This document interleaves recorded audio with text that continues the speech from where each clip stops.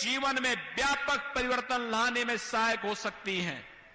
आज आप देख रहे होंगे, इस शामली बिजली के लिए तरसता था। 800 करोड़ रुपए की लागत से एक सब स्टेशन हम लोगों ने आपके शामली जनपद को ही दिया है। भाइयों बहनों, उपचार के लिए पहले शामली के लोग 2017 के पहले दिल्ली जाते थे, और कोरोना कालखंड में मैंने देखा है यहां के जिला प्रशासन ने स्वास्थ्य विभाग के साथ मिलकर के इतनी बेहतरीन व्यवस्था दी कि दिल्ली के लोगों को उपचार कराने के लिए शामली आना पड़ा था। और अब तो हम शामली में मेडिकल कॉलेज को भी निर्माण करने की प्रक्रिया के साथ आगे बढ़ रहे हैं। शामली जनपद का भी तो अपना मेडिकल कॉलेज होना चाहिए, क्यों नहीं होना चाहिए? सुरक्षा का हम पुख्ता इंतजाम करेंगे, और हमने तय किया है सुरक्षा के साथ किसी को खिलवाड़ करने की छूट नहीं देंगे, कानून को हाथ में लेने की किसी को छूट नहीं। सुरक्षा सबको, लेकिन अगर किसी ने सुरक्षा में सेंध लगाने का प्रयास किया तो फिर उसको भी मालूम है कि कौन से लोग की यात्रा पे फिर निकलना है। और इसलिए भाइयों बहनों, ये कैराना, इसका अपना इतिहास रहा है। कभी कैराना घराना मशहूर था संगीत के क्षेत्र में, शास्त्रीय संगीत के क्षेत्र में इसकी अपनी एक पहचान थी। पूरा भारत का फिल्म जगत अगर उत्तर प्रदेश के किसी एक अन्य कस्बे के प्रति उनके मन में एक आत्मीय लगाव था, तो भाइयों बहनों उसमें से कैराना भी एक महत्वपूर्ण जगह थी। लेकिन आज कैराना घराने की पहचान को कुछ लोगों ने अपनी फितरत और अपनी नफरत की भावना के साथ इसकी इस पहचान को मिटाने का कुत्सित प्रयास किया। यहां के व्यापारियों को, यहां के नागरिकों को पलायन करने के लिए मजबूर किया था। आज मैं इसीलिए आया हूं, जो मांग आपने की थी 250 करोड़ रुपए की लागत से पीएससी की इस बटालियन के आधारशिला को रखने के लिए, और भाइयों बहनों 1278 जवान यहां पर पीएससी के रहा करेंगे। और पीएससी का जब डंडा चलेगा तो बड़े से बड़े दंगाई अपने आप ही दूसरे लोग की यात्रा करता हुआ दिखाई देगा। अब वह यहां पर अराजकता नहीं फैला सकता, और अगर फैलाएगा तो फिर उसको भी मालूम होगा कि इसके बाद कोई और चारा नहीं होगा गले में तख्ती लटकाने के सिवाय। और भाइयों बहनों, आज इसीलिए हम सब आपके बीच आए हैं आपसे कहने के लिए, ये विकास की परियोजनाएं जो यहां पर यहां के लोगों के जीवन में परिवर्तन लाएगी। आपने देखा होगा कैराना से बाईपास निकल रहा है, शामली बाईपास के रूप में विख्यात होगा। जाम की समस्या का समाधान सदैव के लिए, व्यापारिक गतिविधियां, मुझे प्रसन्नता है 2017 के बाद, 2017 के पहले जो व्यापारी चले गए थे, पलायन कर गए थे, जिन लोगों ने भय और दहशत के माहौल में यहां से पलायन किया था, आज वे वापस आए हैं और उनको व्यापार में तेजी के साथ उन्होंने निवेश करके व्यापार को अपना बढ़ाया है। मैं उन सब का अभिनंदन करता हूं। और मैंने पहले भी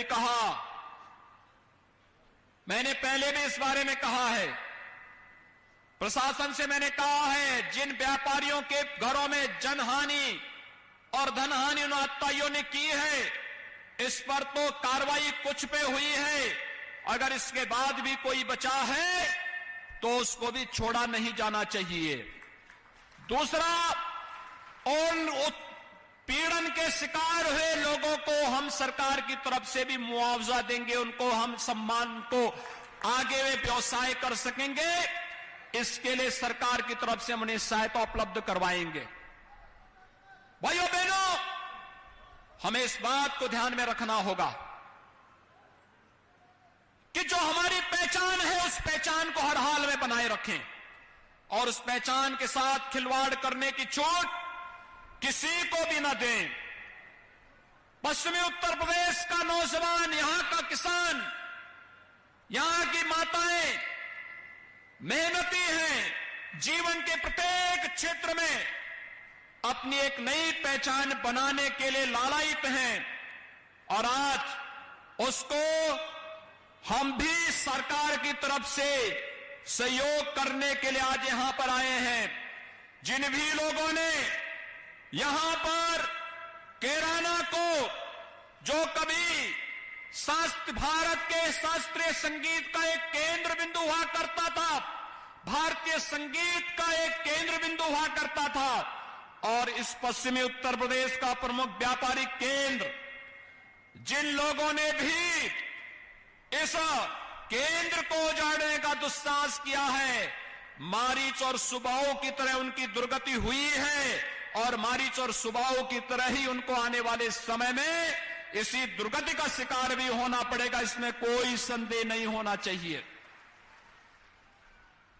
यह तो विश्वामित्र का यज्ञ है, और ये तो तब जब आज देश के अंदर एक नयापन देखने को मिल रहा है।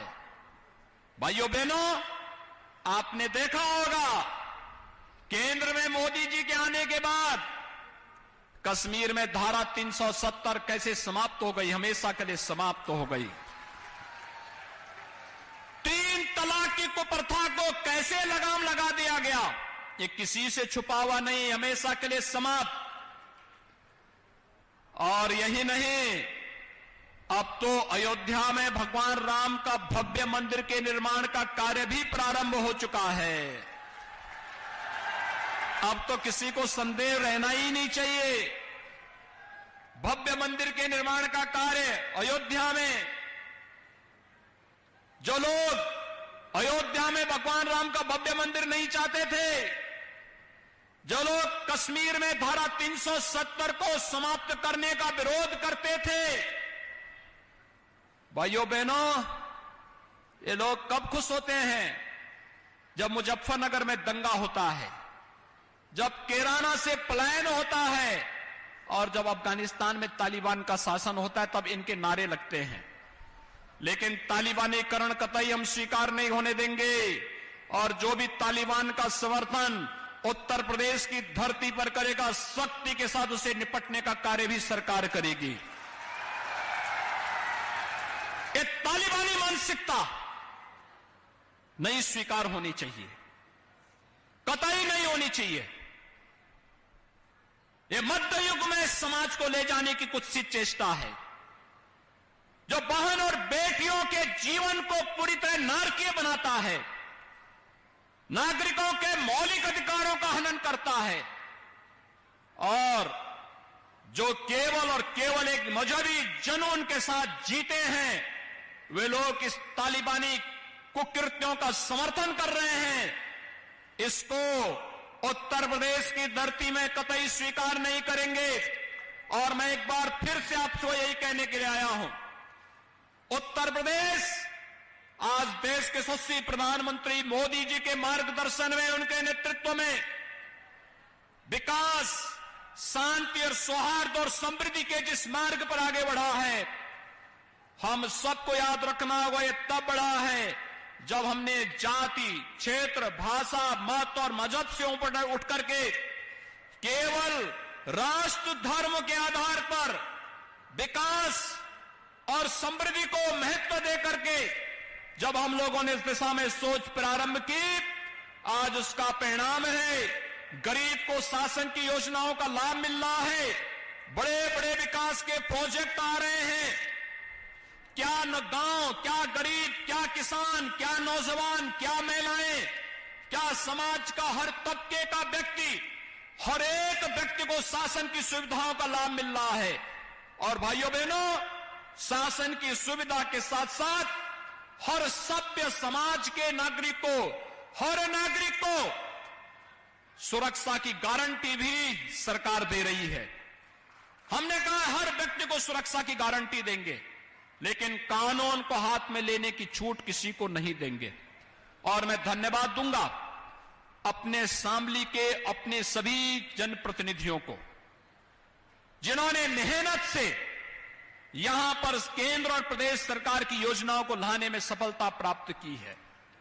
आज भाइयों बहनों, चाहे वह माननीय सांसद श्री प्रदीप चौधरी जी हो, चाहे वह प्रदेश सरकार में मंत्री श्री सुरेश राणा जी हो, चाहे वह विधायक शामली श्री तेजेंद्र निर्वाल जी हो, चाहे वह विधान परिषद के माननीय सदस्य चौधरी बीरेंद्र सिंह जी हो, चाहे यहां पर हमारी पूर्व प्रत्याशी रही और बाबू हुकुम सिंह जी की सुपुत्री श्रीमती मृगांगा सिंह जी हो, चाहे वह यहां पर भारतीय जनता पार्टी के ही वरिष्ठ नेता श्री अनिल चौहान जी हो, चाहे वह श्री मनीष चौहान हो, या भारतीय जनता पार्टी के क्षेत्रीय अध्यक्ष श्री मोहित बेनीवाल हो, चाहे वह भारतीय जनता पार्टी के यहां के जिलाध्यक्ष सत्येंद्र तोमर हो, ये जितने भी लोग हैं,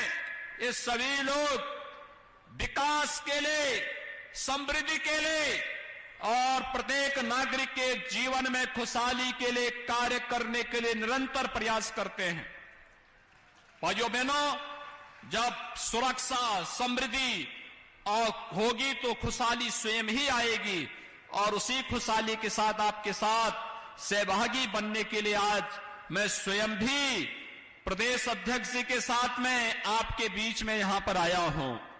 मैं इन सभी 425 करोड़ रुपए की लागत की परियोजनाओं की सौगात शामली जनपद को देते हुए कैराना में इस पीएसी बटालियन की आधारशिला रखते मुझे अत्यंत आनंद की अनुभूति हो रही है।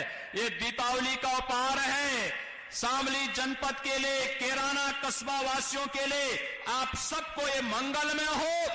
यह बटालियन यहां पर सुरक्षा का बेहतर वातावरण बना पाएगा, इस विश्वास के साथ आप सभी को बेझिझक कैराना को उसकी पहचान दिलाइए। संगीत के प्रमुख घराने के रूप में इसकी जो पहचान थी, उस कैराना घराने की पहचान के साथ साथ एक प्रमुख व्यापारिक केंद्र के रूप में फिर से कैराना उभरेगा। इसके लिए सभी लोग मिलकर के कार्य करेंगे। सरकार इसमें भरपूर सहयोग करेगी। यहां पर कुछ औद्योगिक केंद्र विकसित करने की मांग हमारे जनप्रतिनिधियों ने की है। उसके लिए सरकार पूरी संवेदनशील तरीके से इस कार्यक्रम को आगे बढ़ाएगी। इस विश्वास के साथ एक बार फिर से मैं आप सबको हृदय से बधाई देता हूं, अपनी शुभकामनाएं देता हूं और अपनी वाणी को देता हूं विराम। जय जय श्री राम, जय जय श्री राम। आदित्यनाथ जनसभा को संबोधित यहां पर कर रहे थे और इस दौरान उन्होंने तमाम अहम बातें कैराना को लेकर कही। उन्होंने 2017 की याद दिलाते हुए कहा कि तब मैं शामली आया था और मैंने कोरोना के बारे में कहा था कि बेहतर सुरक्षा का वातावरण हम देंगे। बाबू हुकुम सिंह का भी जिक्र उन्होंने करते हुए कहा कि पलायन के मुद्दे को उन्होंने बेहद जोर शोर से उठाया था। 250 करोड़ की पीएससी योजना का शुभारंभ उन्होंने यहां पर किया है, जिसके तहत पीएससी के 1278 जवानों की तैनाती को कैराना की सुरक्षा के मद्देनजर यहां पर की गई है।